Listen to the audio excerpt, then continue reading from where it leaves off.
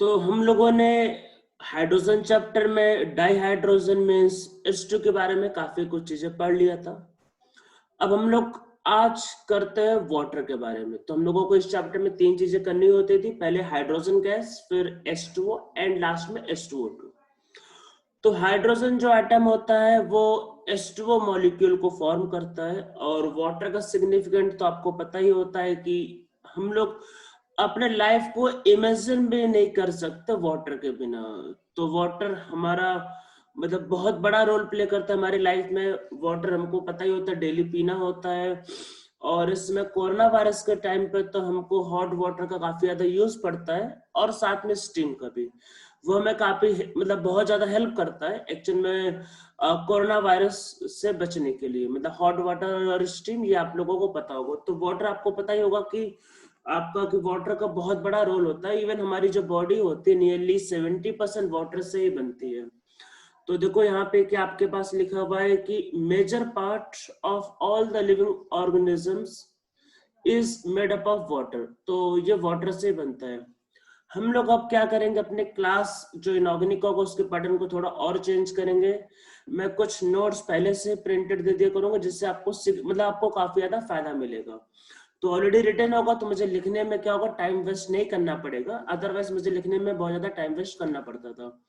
और मैं इसमें आपको इजीली मतलब हर चीज प्रेजेंट भी कर सकता हूँ। अब देखो है कि ह्यूमन वाटर जो मतलब बॉडी जो है वो नियरली 65% वाटर से बनता है। 65 to 70% वाटर से बनता है।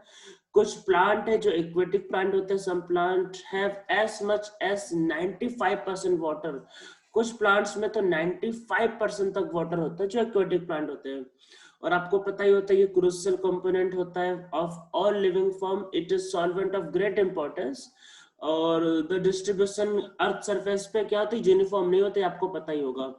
तो देखो हम लोग इसको समझते हैं, ये आपको पता ही होगा कि जो वाटर जो होता है वो अर्थ सरफेस पे यूनिफॉर्म नहीं होता एक्चुअल में। तो मतलब सेलिन फॉर्म में, सेलिन मतलब कि जहाँ पे सॉल्ट डिजॉल्व होता है, ये 96.5% तो ओशियंस में होता है। कुछ और जगह पे होता है 0.9 फॉर्म में। मतलब कुछ लेक है, कुछ सेलिन से लेके सॉल्टी लेके वहां पे 0.9%। लेक भी देखो दो टाइप के होते हैं, जैसे इंडिया में चिल्का लेक है, उड़ीसा में जो आपको पता होगा जो सॉल्टी लेक है, फिर जो एक है सांबर लेक एक्चुअल में ये राजस्थान में, ये भी एक आपका मतलब यही सेलिन लेक से।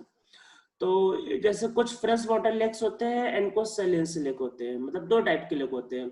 तो वे आपके पास ओशियंस में नियरली 96% है। और आपके पास बाकी इसके अलावा क्या है आपके पास बाकी इसके अलावा जो है आपके पास ये वही ये आपका बाकी अदर फॉर्म में भी है। सिर्फ और सिर्फ 2.5%, सिर्फ 2.5% टोटल वाटर रिसोर्स का फ्रेश वाटर, उसमें भी 2.5% का भी जो आपका 68% है। मतलब 2.5 का भी 68% वो ग्लेशियर और आइस के फॉर्म में डिपोजिट है जो हमारे काम का नहीं है।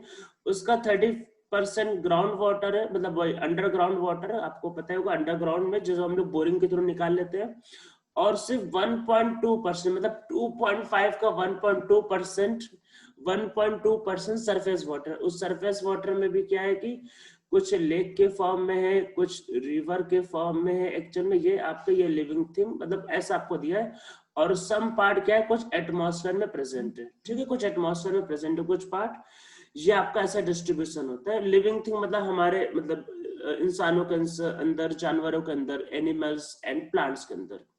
ठीक है, ये आपको समझ में आ रहा होगा। हम लोग इसको देखो नीचे भी आके देखते हैं। देखो आपके पास क्या है, एक बार फिर से देखो देखते हैं। देखो जितना भी वाटर डिस्ट्रीब्यूटेड है उसमें नियरली 97.5%, 97.5% तो सेलिन वाटर जिसमें सॉल्ट डिजॉल्व है, जो हम लोग ड्रिंक के लिए यूज नहीं कर सकते। फ्रेश वाटर कितना है, सिर्फ 2.5%। उस 2.5% में भी 69.5% जो है वो आइस के फॉर्म में डिपोजिटेड है। जो मतलब ग्लेशियर में अंटार्कटिका, आपने लोगों ने सुना होगा अंटार्कटिका, आर्कटिक, तो वहां पे डिपॉजिट है। और उसमें भी क्या है कि 2.5% का डिस्ट्रीब्यूशन हो रहा है। कि ये कैसे डिस्ट्रीब्यूट है, उसका 30% जो है वो आपके पास फ्रेश वाटर है। कुछ आपके पास क्या है भाई, लेक में होता है, कुछ सॉइल में मॉइस्चर में होता है, कुछ एटमॉस्फेयर में होता है, कुछ रिवर में होता है। एक्चुअल में रिवर में ये 0.0 0.06% एक्चुअल में किसका, इसका। आप समझो ये 2.5%, इस 2.5% का डिस्ट्रीब्यूशन करोगे तो उसका 69% क्या आपके पास, ये आपका वही आइस के फॉर्म में है, ये कुछ ग्राउंड वाटर। एक्चुअल में अगर आप रिवर में लिखते हो तो रिवर में नियरली एक्चुअल में टोटल, मतलब अगर मैं ओवरऑल बात करूं कि जितना वाटर इस अर्थ में है तो उसको 0.0001% जो है वो वाटर एक्चुअल में रिवर में प्रेजेंट है। जितना वाटर प्रेजेंट होता है उसका रिवर में नियरली 0.001%। तो ये ध्यान रखना, ये 2.5% का इतना परसेंट लिया है। वैसे ये वैल्यू कोई आपसे पूछेगा नहीं, पर आपको थोड़ा इन्फॉर्मेशन होना चाहिए। तो याद रखना 97.5% क्या है, वही आपका आपका वही ओशन के फॉर्म में या सलाइन वाटर है, वही सलाइन वाटर है, सलाइन वाटर। और बाकी जो 2.5% बचता है उसका 70% भी क्या, आइस। मतलब 70% का मतलब कि नियरली 1.7% क्या है, आइस के फॉर्म में, मतलब ओवरऑल का। और बहुत कम वाटर हम लोगों के लिए मतलब अवेलेबल। आप समझो कि 1% से भी कम वाटर आपको यूज करने के लिए अवेलेबल है in the form of river, in the form of आपका lake, in the form of fresh water. ये बात को ध्यान रखना है, 1% से भी कम वाटर आपको अवेलेबल है, ठीक है। ये अब वाटर के बारे में आपको पता ही होता है, वाटर पोलर मॉलिक्यूल होता है, वाटर में हाइड्रोजन बॉन्डिंग होती है। देखो इसमें फिजिकल प्रॉपर्टी में आते हैं तो वाटर पता ही है, तो वाटर इज कलरलेस और टेस्टलेस। एक्चुअल में प्योर वाटर इज टेस्टलेस।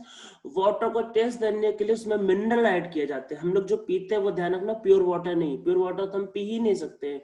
हम लोग वाटर जो ड्रिंक करते हैं वो मिनरल वाटर होता है। उसमें देखो एक लिमिटेड अमाउंट ऑफ सॉल्ट होना चाहिए। ज्यादा सॉल्ट हो गया तब भी नहीं पी सकते। आपने कई बार बोरिंग का पानी देखा होगा, उसमें ज्यादा सॉल्ट होता है तो वो भी नहीं पी सकते। हम लोग आरओ का यूज करके उसमें सॉल्ट के अमाउंट को डिक्रीज करते हैं। और अगर सॉल्ट का अमाउंट कम हो गया, प्योर वाटर होगा, तो वो भी ड्रिंक नहीं कर सकते। हम लोग जो वाटर पीते हैं उसमें टीडीएस होता है। टीडीएस मतलब टोटल डिसॉल्व सॉल्ट। तो उसका जो टीडीएस होता है मतलब वो वेरी करता है, वो 100 से लेके 300 तक होता है।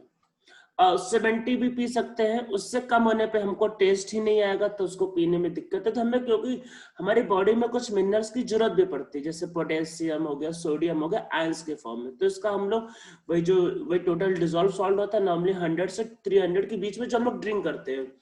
1000 टीडीएस हो गया तो वो जैसे वो हार्ड वाटर में काउंट हो जाता है, जिसको हम लोग ड्रिंक नहीं करते। हार्ड वाटर, सॉफ्ट वाटर के बारे में हम लोग नेक्स्ट लेक्चर में करेंगे। तो अगर ज्यादा सॉल्ट हो गया तो वो भी अच्छा नहीं होता है। तो नॉर्मली बोरिंग वाटर कई बार 1000 या 2000 टीडीएस होता है, जो कि हम ड्रिंक ही नहीं कर सकते एक्चुअल में। समुद्र का जो होता है ओशन का टीडीएस वही 2000 के आसपास होता है, जो हम लोग यूज कंज्यूम नहीं कर सकते। कंज्यूम जो करते हैं उसमें सॉल्ट का अमाउंट नॉर्मली 100 से 300 के बीच में होता है ये। अब देखो इसमें क्या आपके पास कि दी वही it's physical property along with physical property of heavy water. मतलब वाटर H2O और हैवी वाटर क्या होता है D2O। इसका प्रॉपर्टी अभी नीचे आपको थोड़ी देर बाद नीचे आ जाएगा, इसके लिए मैंने एक टेबल प्रेजेंट किया हुआ। The unusual property of water in condensed phase. उसका अनयूजुअल प्रॉपर्टी मतलब थोड़ा डिफरेंट होता है in liquid and solid form. क्यों अलग होता है? क्योंकि due to presence of hydrogen bonding. तो हाइड्रोजन बॉन्डिंग होने की वजह से वाटर का प्रॉपर्टी नॉर्मली अलग होता है। जैसे H2S उसके ग्रुप में है जैसे H2S, H2SC, इन सबसे डिफरेंट होता है due to presence of hydrogen bonding. तो वाटर क्या होता है? हाइड्रोजन बॉन्डिंग बनाता है जब वो लिक्विड या फिर सॉलिड फॉर्म में होता है। आइस ये लिक्विड फॉर्म में, वाटर वेपर के फॉर्म में नहीं, वेपर के फॉर्म में नहीं, लिक्विड के फॉर्म में या फिर आइस के फॉर्म में। तो hydrogen bonding this lead to, देखो हाई फ्रीजिंग पॉइंट। मतलब क्या होता है? हाइड्रोजन बॉन्डिंग की वजह से फ्रीजिंग पॉइंट हाई होता है, हाई बॉइलिंग पॉइंट होता है उसका, हाई हीट ऑफ वेपराइजेशन। आपको अगर कन्वर्ट करना वेपर फॉर्म में, क्योंकि हाइड्रोजन बॉन्डिंग है तो उसको आपको मतलब काफी प्रॉब्लम होता है। And high heat of fusion, ठीक है, as compare to H2S and H2SC। ठीक है, H2S और H2SC के कंपेयर करोगे तो ऐसा होता है। देखो नॉर्मली क्या होता है, जैसे आपको एक एग्जांपल मैं बताता हूँ। H2O, H2S, H2SC and H2T। तो नॉर्मली मास बढ़ने पे बॉइलिंग पॉइंट बढ़ता है, पर H2O में क्या होता है? Hydrogen bonding. तो अगर आप इनका बॉइलिंग पॉइंट का अगर आप ऑर्डर लिखते हो तो एक्चुअल में ये सबसे आगे हो जाता है, क्योंकि इसमें हाइड्रोजन बॉन्डिंग है। तो एक्चुअल में बॉइलिंग पॉइंट का ऑर्डर ये H2S, फिर H2SC, फिर H2TE और फिर H2O। तो H2O का बॉइलिंग पॉइंट सबसे हाई होता है due to presence of hydrogen bonding. तो इसमें हाइड्रोजन बॉन्डिंग होती है। हाइड्रोजन बॉन्डिंग पता ही होता है, जब हाइड्रोजन किसी हाई इलेक्ट्रोनेगेटिव एलिमेंट से जुड़ा होता है तो उस पे क्या होता है, उस पे आपके पास पॉजिटिव चार्ज और उस पे नेगेटिव चार्ज, तो इनमें जो अट्रैक्शन होता है ये होता है hydrogen bonding. When hydrogen bonded with very high electronegative element, तो उस पे चार्ज डेवलप होता है जिसकी वजह से हाइड्रोजन बॉन्डिंग आपका होता है। देखो अदर लिक्विड की वजह से उसमें हाई स्पेसिफिक हीट होता है। हाई स्पेसिफिक हीट का मतलब ये है कि उसको अगर आप मतलब अगर आपको वाटर को हीट करना है तो ज्यादा एनर्जी देना पड़ेगा। स्पेसिफिक हीट क्या होता है, amount of heat require to heat 1 gram substance by 1 degree Celsius. अगर आप 1 ग्राम सब्सटेंस को 1 डिग्री से हीट करना चाहते हो, वही amount of heat required to increase temperature of 1 gram substance by 1 degree Celsius. Water में हाइड्रोजन बॉन्डिंग होती है तो उसको 1 ग्राम को हीट करने के लिए ज्यादा हीट की जरूरत पड़ती है, ठीक है। इसका थर्मल कंडक्टिविटी भी काफी हाई होता है, पता ही होगा। आप अगर वाटर को हीट करोगे इधर तो उधर भी आपको हीट मिल जाता है। मतलब वाटर में तो, अरे आप वाटर को मान लो आपने एक बीकर में सपोज करो पानी लिया, नीचे से हीट करते हैं तो आप ऊपर से टेस्ट करोगे तो आपको गर्म फील होगा, तो मतलब वो क्या गुड कंडक्टर ऑफ हीट है वो, ठीक है। तो हाई डाइलेक्ट्रिक कांस्टेंट, तो डाइलेक्ट्रिक कांस्टेंट के बारे में आप लोगों ने फिजिक्स में पढ़ ही लिया होगा, क्या होता है डाइलेक्ट्रिक कांस्टेंट ये, ठीक है। तो high heat of vaporisation and responsible for, देखो वाटर का क्या है कि बहुत बड़ा रोल होता है आपका, जो भी मतलब आपका वही बॉडी क्लाइमेट को एक तो मैनेज करने के लिए बॉडी की टेम्परेचर, हमारे बॉडी का जो टेम्परेचर होता है 36 से 38 के बीच में, जो भी हमारा मतलब 36 degree Celsius to 38 degree Celsius, उसको मेंटेन करने में वाटर का बहुत बड़ा रोल होता है। और इवन आपका जो क्लाइमेट होता है उसको वाटर को मतलब वाटर टेम्परेचर को मेंटेन करता है। आप समझो जैसे बोलते हैं ना कि अर्थ में एटमॉस्फेयर है, उसमें वाटर का बहुत बड़ा रोल है। अगर मतलब होता क्या है, वाटर जो होता है वो क्या होता है, हीट को एब्जॉर्ब कर लेता है। जब हीट को एब्जॉर्ब कर लेता है तो जब नाइट होता है तो उसका टेम्परेचर ज्यादा फॉल नहीं होने देता। अगर वाटर नहीं होता तो हो सकता है दिन का टेम्परेचर आपका 30 डिग्री हो, फिर रात का टेम्परेचर -20 -30 डिग्री हो। एब्सेंस ऑफ वाटर में ऐसा ही होता है।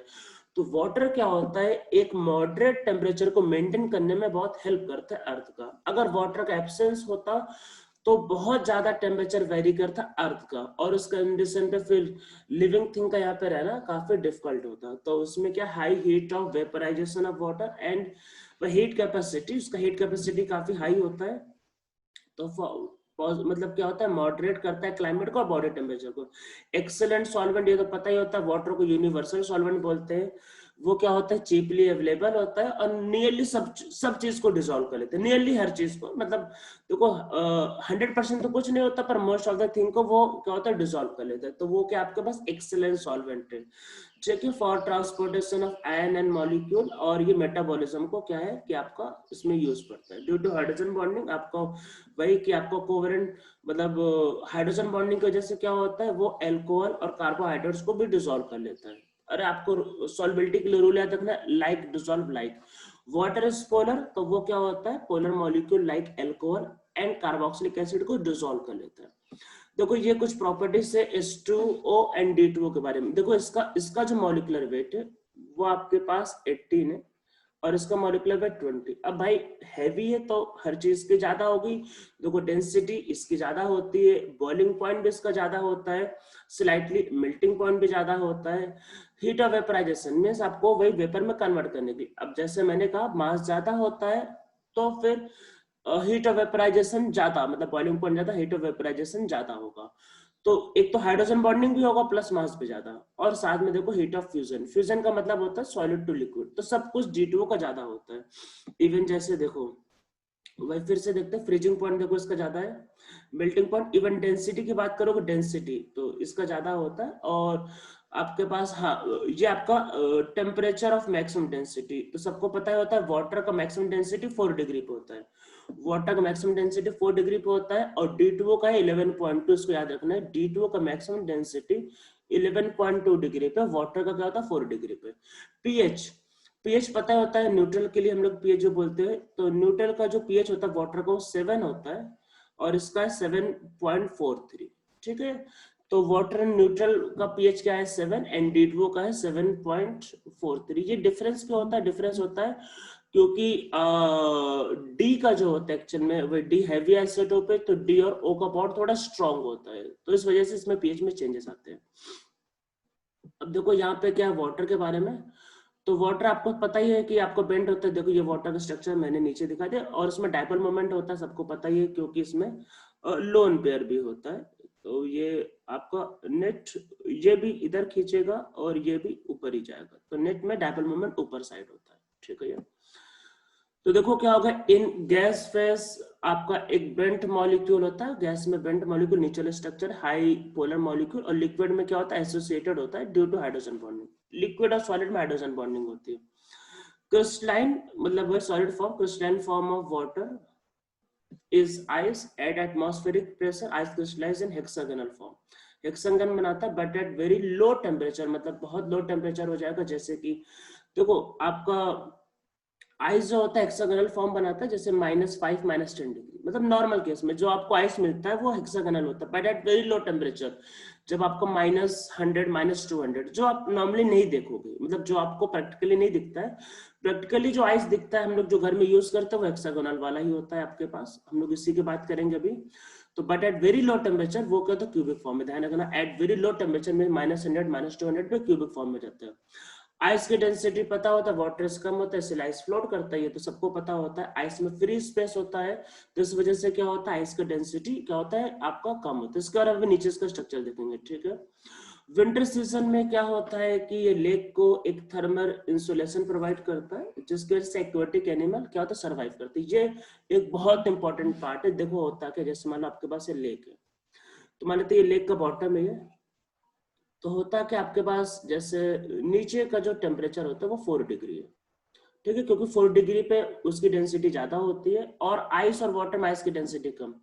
और ऊपर क्या होता है एक्चुअल में, आइस फॉर्म हो जाता है, मतलब ये आइस का एक लेयर बन जाता है, और तो आइस का एक लेयर बन जाता है। नीचे क्या होता है 4 डिग्री, यहाँ पे क्या होता है एक्वेटिक जो एनिमल होते हैं वो सर्वाइव कर जाते हैं। अदरवाइज फिर क्या होगा, सर्वाइव नहीं करेंगे। मतलब ऐसा है कि जैसे मान लो कि किसी कंट्री में या फिर कहीं पे भी मान लेते हैं बाहर का टेम्परेचर -10 डिग्री है, तो उसकी वजह से क्या होगा, एक सरफेस पे क्या होता है आइस बन जाता है। आइस क्या है आपका पुअर कंडक्टर ऑफ हीट होगा, तो नीचे नहीं जाने देता है टेम्परेचर, और नीचे क्या होता है टेम्परेचर मेंटेन रहता है 4 डिग्री। तो यहाँ पे 4 डिग्री टेम्परेचर मेंटेन है, तो एक्वेटिक क्या होता है कि आपका एनिमल सर्वाइव कर जाते हैं। पर ये जो आइस जो बनता है एक्चुअल में ये कई बार डेंजरस होता है, और इससे इंसानों की जान भी जाती है। जैसे आपने कई बार देखा होगा मूवीज में या फिर डिस्कवरी में ऐसा होता है, जैसे आइस का लेयर होता है, हमारे रिवर जम गया है और कोई पर्सन वॉक कर रहा है, तो कई बार आइस टूट जाता है। जैसे आइस टूटेगा तो ये सडनली पूरा क्रैक करेगा, और वो पर्सन क्या होगा, नीचे गिर जाएगा, और नीचे गिरने के बाद क्या होता है उसका निकलना बहुत डिफिकल्ट हो जाता है, क्योंकि ये आइस फिर से फॉर्म होने लगता है ये। तो ये बहुत डेंजरस होता है, मतलब कई बार आप वॉक करोगे आइस टूट जाएगा, आप अंदर चले जाओगे। तो ये काफी मतलब समझ लो हार्मफुल, ये डेंजरस होता है, मतलब कि इससे लोगों की बहुत ज्यादा जान जाती है कोल्ड कंट्रीज में। तो आइस क्या होता है, ये इंसुलेशन का काम करता है, और ये काफी वही इसका ecological importance, survival of aquatic animal के लिए काफी इंपॉर्टेंट होता है ये। ठीक है, अब देखो आइस के स्ट्रक्चर के बारे में आते हैं।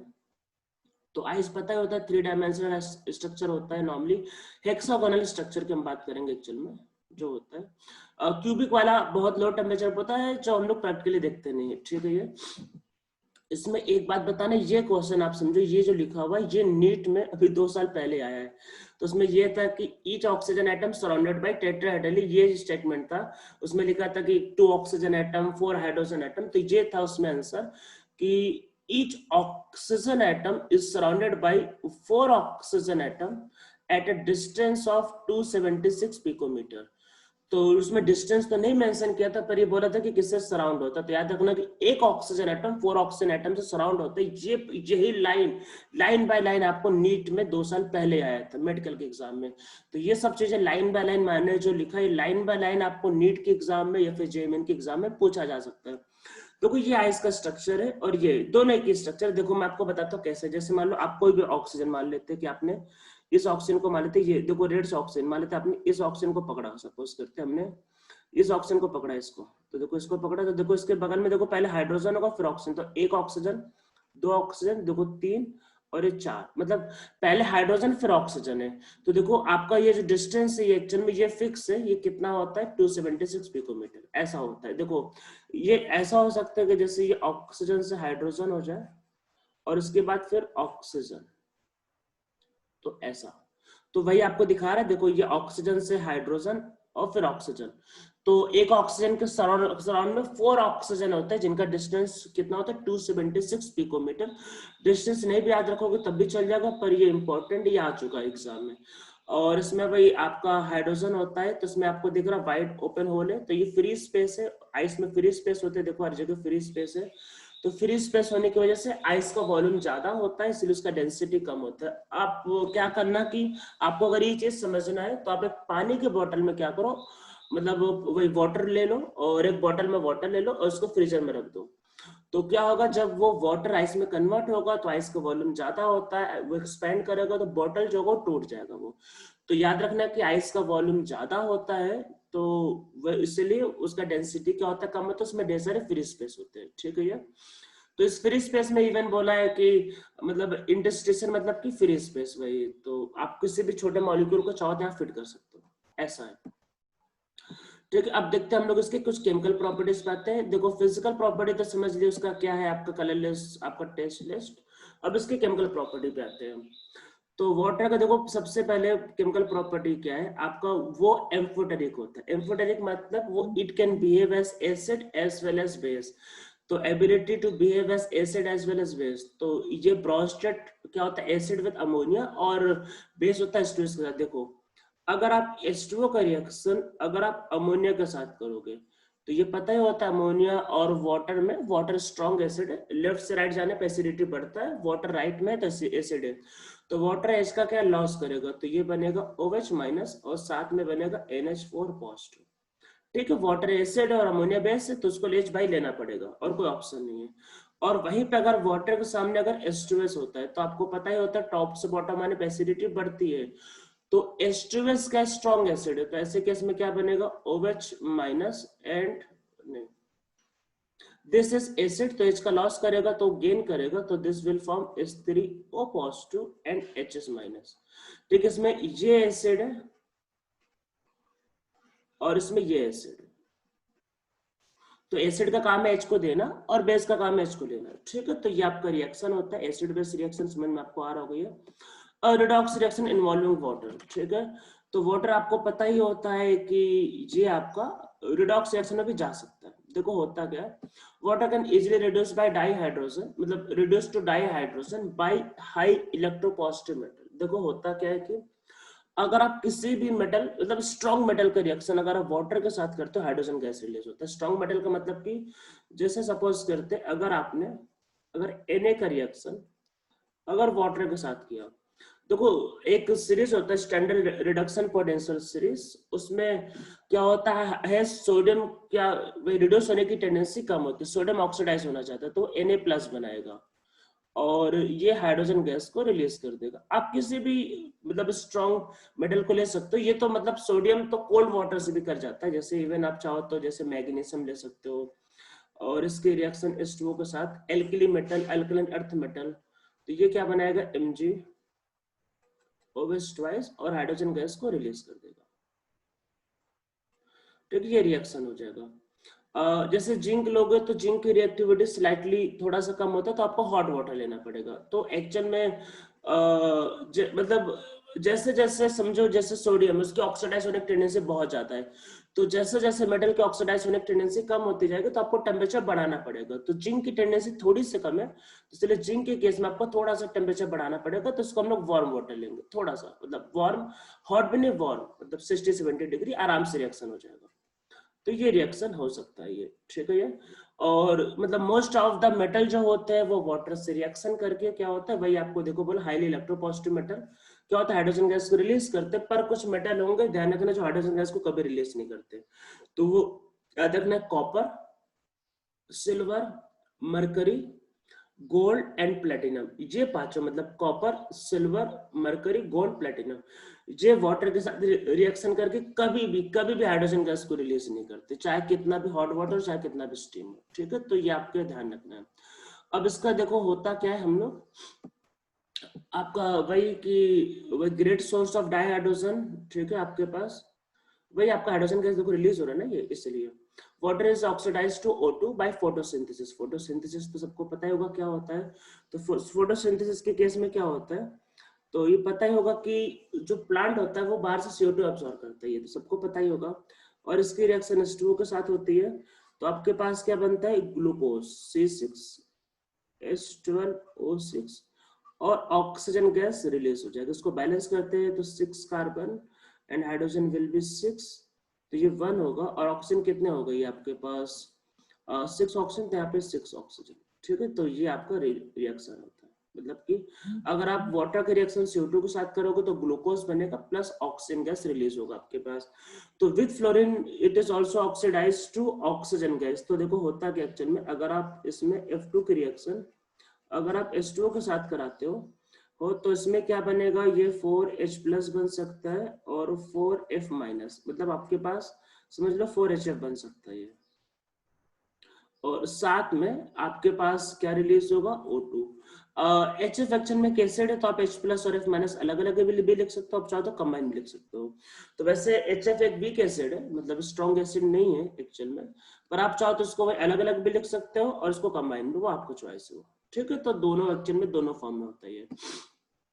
और ऑटो आपका प्रोटोलिसिस, देखो ऑटो प्रोटोलिसिस का मतलब ये होता है कि वही एच देने वाला वही एच लेने वाला। देखो ऐसा होता है कि अगर आप H2O को 2 बार लिखो तो वही H देने वाला वही H लेने वाला है, तो क्या बनेगा, H जो लेगा वो बनाएगा ये, और H जो देगा बनाएगा वो। या इसको रिएक्शन को कई बार ऐसा भी लिखते हैं, H2O से क्या होता है, ये सब इक्विलिब्रियम में रहता है, तो H2O से क्या बनेगा, H+ और OH-।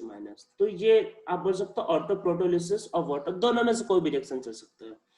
वैसे ये वाला ज्यादा यूज किया जाता है, एक H देगा एक H लेगा। तो मतलब ये सब क्या है, वाटर की कुछ केमिकल प्रॉपर्टीज है।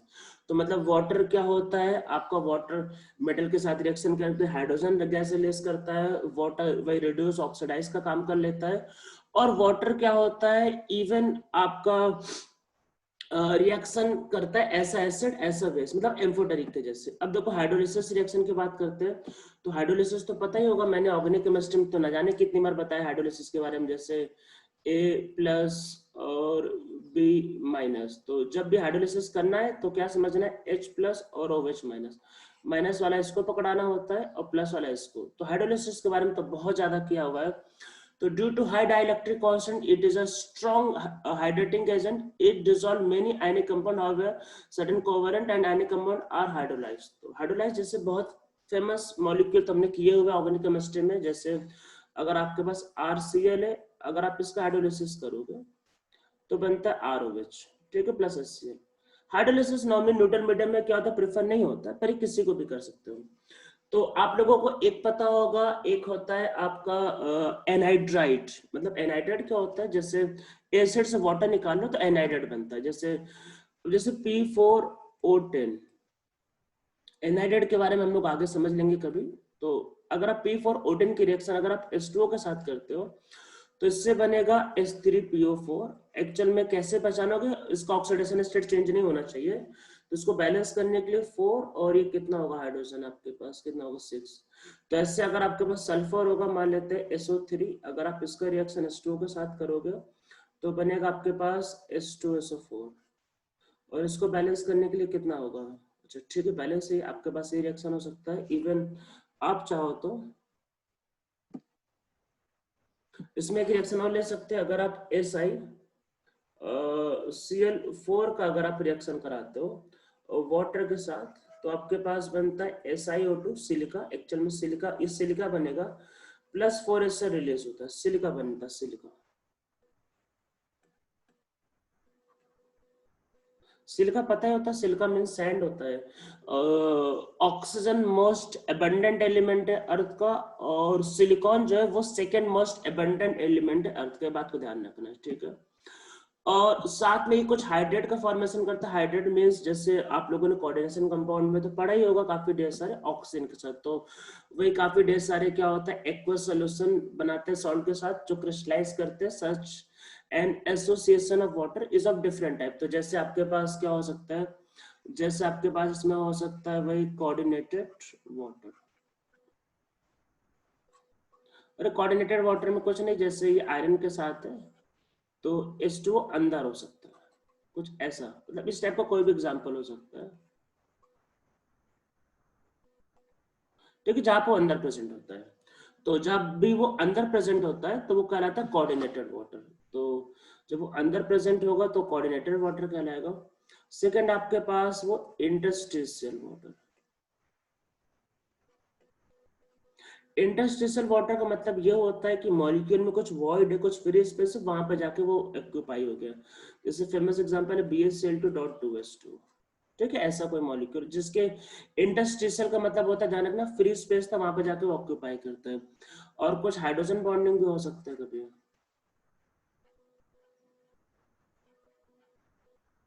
ठीक है, ऐसा हो सकता है। मैं एक बहुत फेमस मॉलिक्यूल बता देता हूँ, एक ये ध्यान रखना, देखो होता क्या है एक्चुअल में। CuSO4.5s2 सबको पता है, ये ब्लू विट्रॉल होता है। ये एक्चुअली इसका स्ट्रक्चर ऐसा होता है, CuS2O4 और SO4.H2O। तो अब एक्चुअल में है क्या कि इसमें ये जो है, ये आपका हाइड्रेटेड वाला है, मतलब ये आपका पहला वाला, ये जो था पहला कोऑर्डिनेटेड वाटर। ठीक है, हाइड्रेटेड वाला कोऑर्डिनेटेड है। और ये जो बाहर जो लगा होता है, ये एक्चुअल में हाइड्रोजन बॉन्डिंग बनाता है। तो एक्चुअल में CuSO4.5s2 में अगर आपसे पूछता है कौन कौन से बॉन्डिंग, तो एक्चुअल में यहाँ पे सारी बॉन्डिंग देखो। CuSO4.H2O मतलब CuSO4.5s2 में आयनिक बॉन्ड भी होता है, कोवलेंट बॉन्ड भी होता है, हाइड्रोजन बॉन्डिंग भी होता है, और इवन कोऑर्डिनेट बॉन्ड भी होता है। कैसे, देखो Cu2+ से आपको पता ही है, और वाटर के इसके बीच में यहाँ कोऑर्डिनेट बॉन्ड होता है। ठीक है, अच्छा वाटर के अंदर H और O के बीच में मतलब H और O के बीच में कैसा बॉन्ड होगा, कोवेलेंट बॉन्ड होगा। ठीक है, अच्छा ये जो वाटर है बाहर वाला, वो इन सब वाटर से हाइड्रोजन बॉन्डिंग बनाता है, हाइड्रोजन बॉन्डिंग। और देखो इसमें प्लस है और इसमें माइनस, तो इनमें बीच में आयनिक बॉन्ड। तो इस मॉलिक्यूल में हर टाइप के बॉन्ड पॉसिबली प्रेजेंट होते हैं। ठीक है, तो ये कुछ वाटर के बारे में हमने कर लिया, वाटर का कुछ फिजिकल प्रॉपर्टी, वाटर का अपीयरेंस, और कुछ वाटर का कुछ केमिकल प्रॉपर्टी। ये एक्चुअली में ज्यादा इंपॉर्टेंट है नहीं, बस थोड़ा सा आपको पता होना चाहिए। अब हम लोग नेक्स्ट लेक्चर में करेंगे अभी हार्ड वाटर और सॉफ्ट वाटर के बारे में।